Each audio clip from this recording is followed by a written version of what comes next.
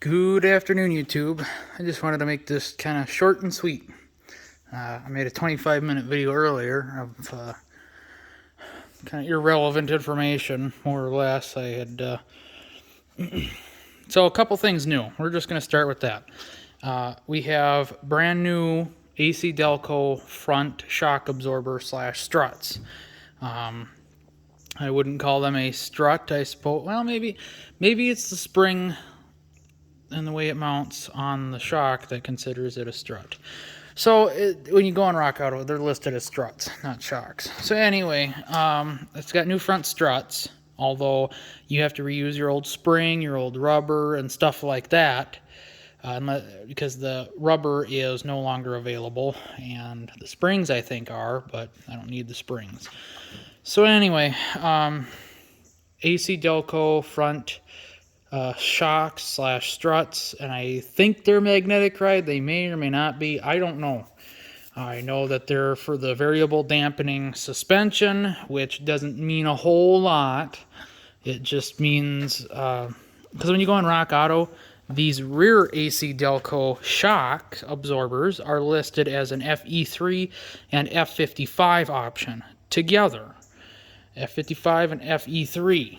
The FE3 Sport and F55 is the variable dampening. And then you go on the strut section of Rock Auto and find the AC Delco, and that lists as F55, a variable dampening. Doesn't say anything about Sport. So, but it does say rear wheel drive, front struts, transmission 5L50E. So, which is this transmission. And apparently 05 had a 5L40E, which may have been the all-wheel drive, I'm guessing. But anyway, so this is, I had an issue, just put it that way. I was excited at first when I let the jack down and the car hit the ground. It was like boingy, boingy. And I was like, finally, shocks that aren't like locked up. I knew there was something wrong with those old ones. But then we test drove it. You put it in performance mode or in touring mode, and there wasn't a difference. The rear there was, that you could tell. But the front, I couldn't tell a difference. Got home, and besides playing musical cars a few times, when I fired it up, I noticed service suspension system. Like, you gotta be kidding me. That tells me, and we went on like an hour-long test drive, finding different roads, different driving conditions, and whatever else, trying to feel a difference in the front. I just couldn't. So we did some more research. That's when we found out, the rears are listed as FE3 and F55. The fronts were only listed as F55. So maybe there's a sport version. But I called GM today, 3 different dealers, to make sure I got the same exact part number, because GM Parts Direct listed a different part number than what Rock Auto listed. Now, on Rock Auto, besides the number that's listed next to AC Delco, there are 3 other part numbers listed. So I took that one that GM Parts Direct recommended, and that did not cross with the 3 numbers, or one of the 4 numbers on Rock Auto. And I was like, what the heck? Okay, well, that's why I called the dealerships today. They gave me a different part number than what GM Parts Direct gave me. Okay, but that part number that the dealerships gave me is one of those 4 numbers that Rock Auto lists. So that's where I was like, okay, so the shocks I bought are supposed to work with my suspension. Now, when I explained my situation to the dealership. I couldn't feel a difference. There was a service suspension system, and he goes, check your connections. This was after like a 5-minute hold. He went and got one of the service techs and was explaining over the phone, whatever. But yeah, he just said, check your connections, and I'm like, oh, I already know they're good. So I got home, popped the hood, and I was talking to my dad on the way home before I even got home. I'm talking to my dad because he was here with me, helping me. Not that I needed help, but he was here, and I was like, instead of just standing around, it literally took 30 to 45 minutes per side to do those. They are very easy to do once you've done them before. So with that aside, I'm like, do you remember, did you put the electrical connector on that passenger side strut? Was the last one we did. And he goes, no, I figured you were going to do it when we were all done. And I'm like, I don't remember doing it, but it doesn't mean I didn't do it. I just don't remember it. I remember doing the left side, but not the right side. So got home, popped the hood, and bingo bongo, it wasn't connected. Okay, well, that's good, right? Maybe. Let's hope. Let's hope. Because I'm talking $800 in front shocks, front struts, whatever. AC Delco original equipment is super expensive. Don't want to do this again. That's an expensive mistake. So I went for a test drive, touring sport, hitting bumps, this, that, the other, lips of driveways, and I think there's a slight difference.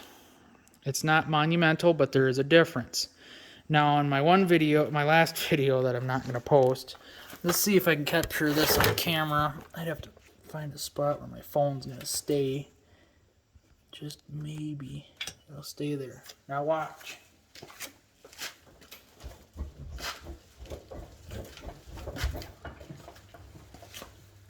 Now, why is that significant, you ask?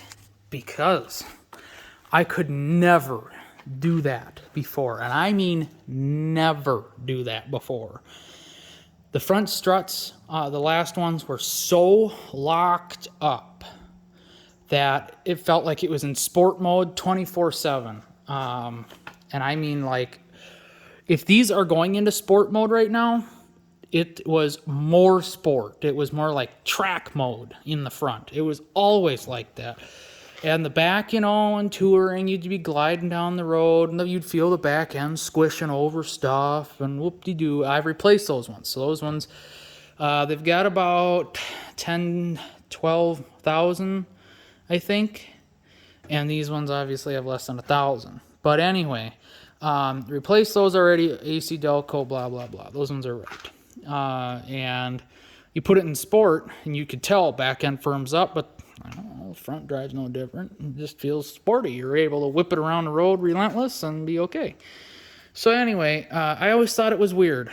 Car's off, not running, and I can't, I just about have to stand on the car and jump on it in order to get any kind of movement.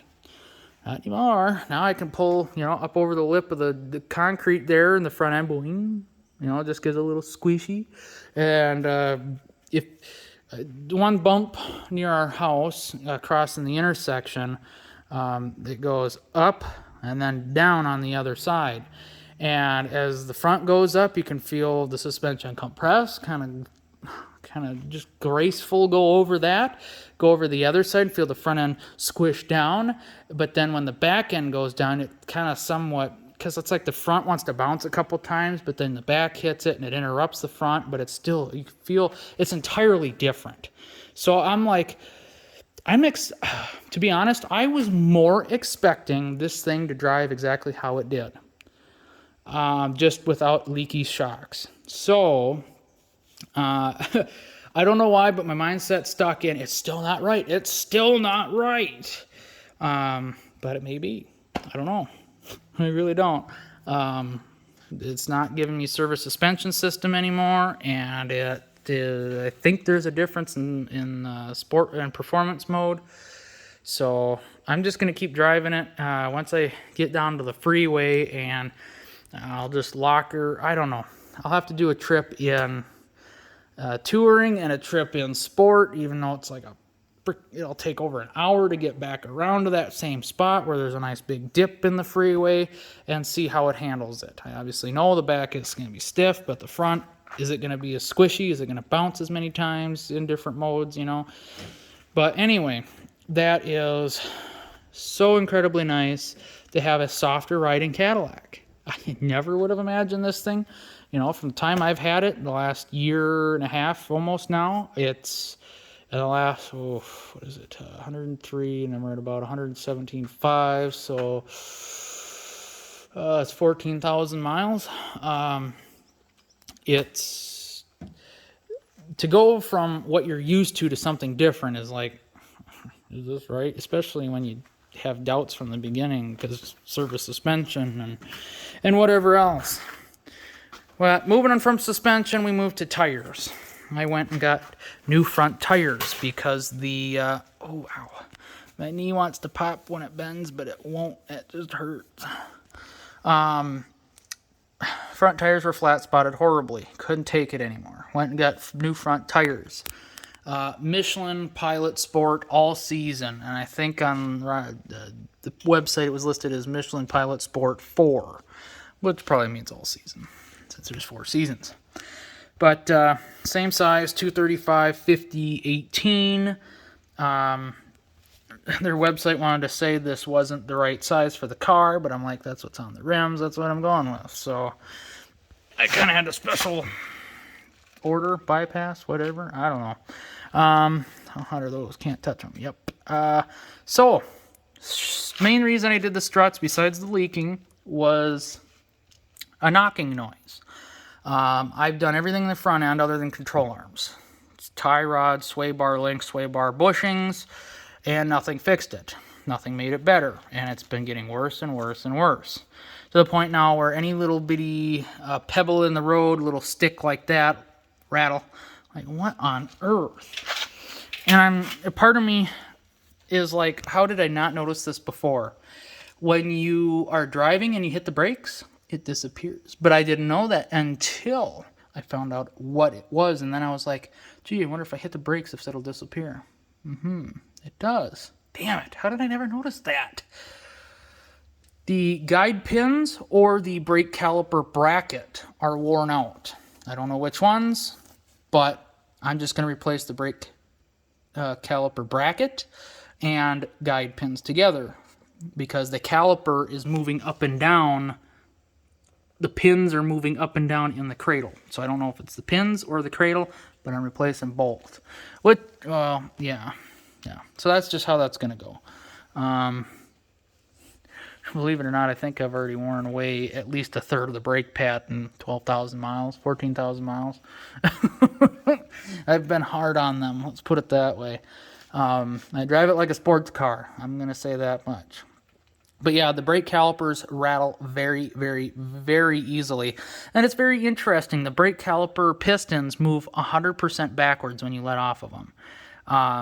So every once in a while when I'm backing out of the shed here or wherever, if I hit the brakes quick enough, you can hear them clunk. But I've never really noticed it like a strut rattle, when I do that.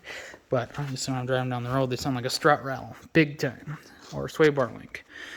So that's only on the front. Obviously I replaced the rear calipers and pads, and caliper came with a cradle. So I replaced those when I got the car, and I need to repaint the rear bracket. For some reason that rusted and the caliper didn't. But yeah, we're on both sides. They're Rebestos pads, they're Rebestos calipers and cradles, except for on the front. Those are what were on the front when I bought the car. It was just that the rear calipers were locking up when I put new pads on. If I put the old pads back on, they work just fine again. So, new calipers. And this has the FJ9 option, I believe it is, or JE5. I don't remember. I want to say it's JE5 for the brake option. But, yeah, so that's the old girl getting a little more tricked out, and got her on the flat spot tire saver thingy-mabobs I got off of Amazon, because I really don't want flat spots in these new tires, and I have noticed I had it sitting outside all day off of those and started driving it today.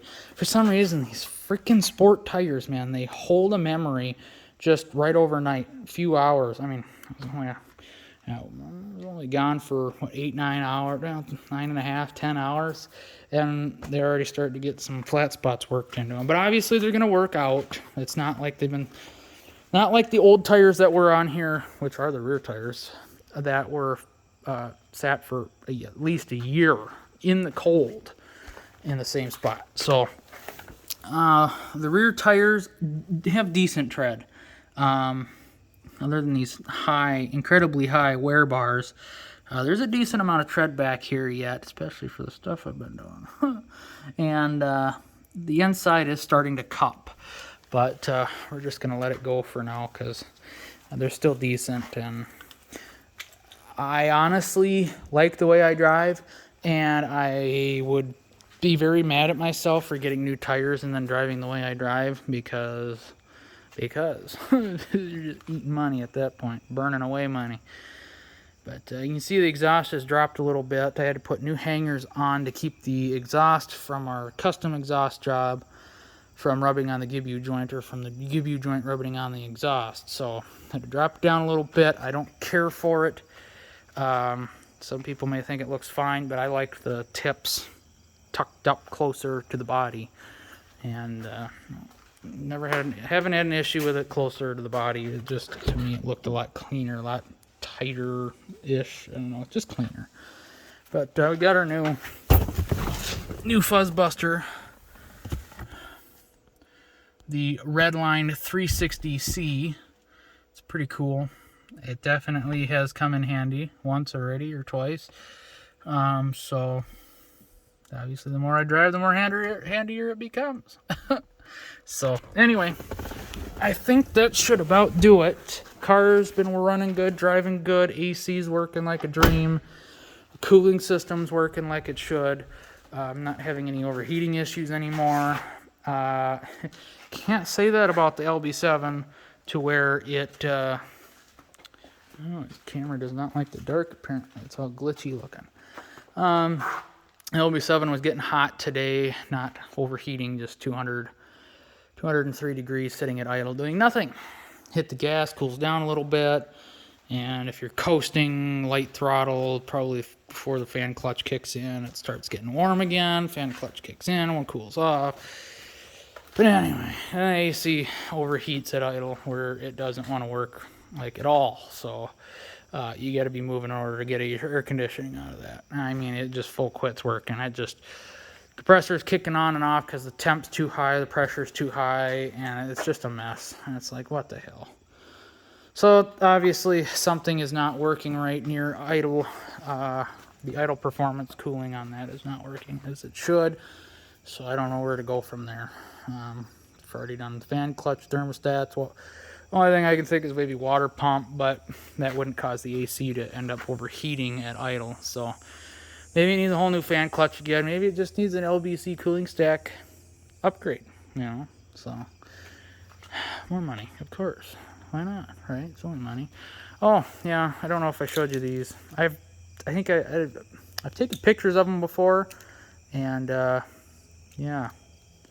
So those are the GTR Ultra Carbide, whatever the hell they're labeled as. And boy, they are bright. They are freaking bright. And I do have LED fog lights in the mail, on their way for this car, finally. Got a reaming deal on them, of course. I wouldn't have half of these bulbs if I weren't getting screaming deals on them, because holy crap, you look at the prices of them new, and next thing you know, you just get you get easily $600 to $1,000 in LEDs. It's just absolutely ridiculous between 3 different vehicles. Imagine if I was decking out the Honda, holy. But yeah, definitely getting pimped out a little bit more, and definitely liking it a lot, definitely. So she's only going to keep getting better. I got to get her into the body shop maybe this winter and get this rust taken care of. It's starting to bubble pretty good there and there. And make sure the other side's doing okay. And then maybe see if a paintless dent repair guy could knock some of these door dings out that really detract from the body line. Very evident in the person. And there's one back here somewhere too. I don't know. I just know there is one somewhere. Right here. Just a little dimple in the paint. So anyway.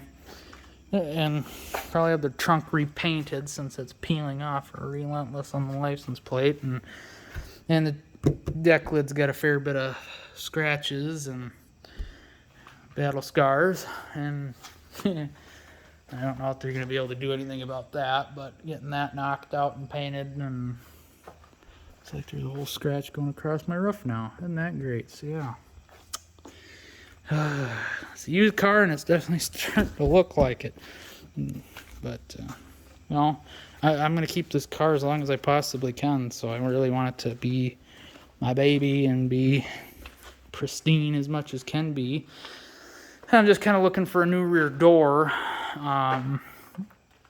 because someone locked the keys in the car and used an airbag and pulled out the top, so I get a lot of wind noise back here. And someone hit something, bashed the door pretty bad, and it's getting like paint chip door ding, and just looking at a whole new door. But the sucky thing is I'm finding out that these older cars, apparently the door skins are steel. Here I thought they were aluminum, because the whole reason I really considered buying this car when it was for sale was for the lack of rust on the doors, on everything. There's a lack of rust. Just, whoops, don't do that. Not that you could be able to tell a whole lot, but it's just pristine. There's no bubbles. There's no nothing on the bottom of the doors. I take that back. Is that dirt? Please be dirt. Oh, good, it's just dirt. So, yeah. Where I found a door, blue. Obviously, pinstripe's gonna have to be redone anyway. It's getting pretty ugly on this side, but the door I went to look at was only $50 or $75 for the whole door, same color. And they're like, well, it's got rust at the bottom. I'm like, well, how bad's the rust? Oh, your typical northern rust. And I'm like, yeah, me okay, because my door now has no rust. So, you know, I just don't know if they're going to be able to fix that. And if they can, how much is that going to cost? More than $75. So, you know, keep my eye out for a nice door for that side. But other than that, we've been doing real good. I adjusted the sunroof so it actually sits fairly flush, except I'm getting a wind noise now. Go figure. That's bugging me a lot. I don't know why, but I suppose the gasket maybe isn't sitting how it should. I don't know. I gotta mess with it some more, maybe. Maybe it'll fix that. Get up above 80 and all of a sudden it's just whooshing relentless. You're like, what the hell? Never had that before when it was cockeyed and crooked, but, you know, whatever. Try to fix it, make it worse. Oh well.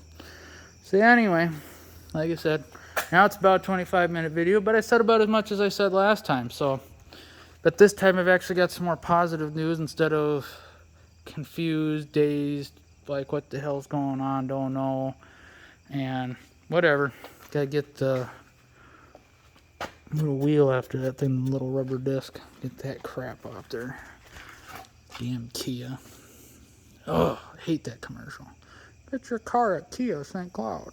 Go screw yourself. How about that? I wanted a Kia when I went and bought a Kia. I don't want diarrhea, so that's why I didn't buy a Kia. I can't remember now. With their new the Carnival. I was driving down the road mocking them. I was just like, you just bought a brand new Kia diarrhea. And it's a Carnival. You got your diarrhea in a Carnival. I don't know. There's people that find that funny. Whatever. Yeah, anyway, I was just laughing along with that. Just thought that was perfect. Listen to me talk. It's been a long ass day. I put it that. And it's hot. It's humid. It's yuck. You know, welcome to Minnesota. And I only have to work outside all day, every day. Like a lot of people, but it still sucks. It wears you out. It's hot. Yuck. I've had enough to think about. You know, thinking for the past day and a half, thinking, did I just blow $800 on the wrong shocks? And then every part number after that, like the one from GM Parts Direct, was more expensive than when I paid for these. And no, don't say that GM Parts Direct is just more expensive. Just, they were actually cheaper with tax and shipping than that part number on eBay with free shipping. So, I mean, take that how you want. But anyway, then the part number that the dealerships were giving me was even more expensive. And I was like, you gotta be shitting me. I mean, we're talking almost $400 more than what I just paid, you know? Ugh. I'm thinking, did I just blow $800 on the wrong shocks? Well, maybe not. Maybe not. So, the more driving, the more we'll see and whatever. But, oh, I suppose I should I wish this was in the front of the video because I know so many people are tuned off by now. But, so here is the front left shock. Just a little damp, a little bit of dirt accumulation, and pretty clean down below. Not too bad. Then you come to the right side, which I knew was bad, and it is wet a big time. Yucky. Doesn't look so wet down there, but she's oily, trust me. And so, yeah, that's some leaky magnetic red shocks for you. Go figure, apparently that's common.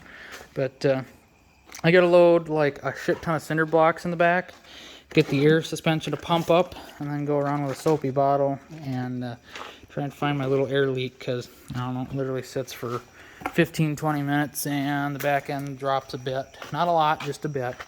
I'm sure. Well, I guarantee you load the back end up with a lot of weight, pump it up, and then let it sit. It'll drop all the way down. But yeah, I need to get that fixed because it looks better pumped up.